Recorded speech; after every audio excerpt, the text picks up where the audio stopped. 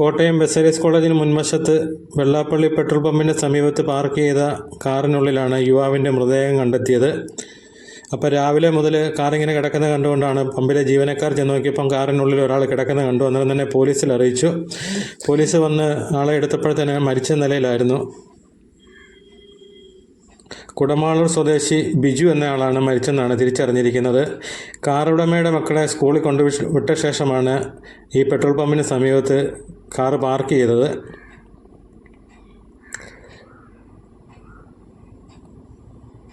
Police അധികാരികൾ എത്തി മൃതദേഹം കോട്ടയം ജില്ലാശുപത്രിയിലേക്ക് മാറ്റിയിട്ടുണ്ട്.